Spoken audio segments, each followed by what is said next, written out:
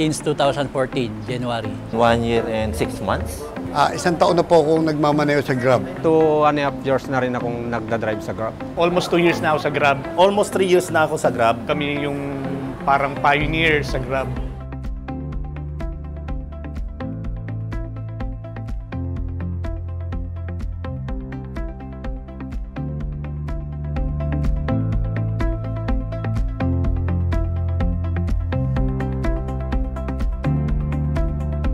Imagine, 7 years ako sa taxi.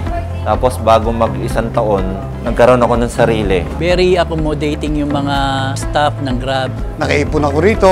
Napatapos ko yung 3 anak ko sa koleyo. Yung kita talaga nandito eh. Ang message ko sa mga nagbabalak mag-Grab eh, go for it na. Dito talagang kikita ka talaga. What I want tonight to be is a celebration po of you being with Grab, us celebrating you as our partners, and us thanking you for the loyalty that you've shown Grab.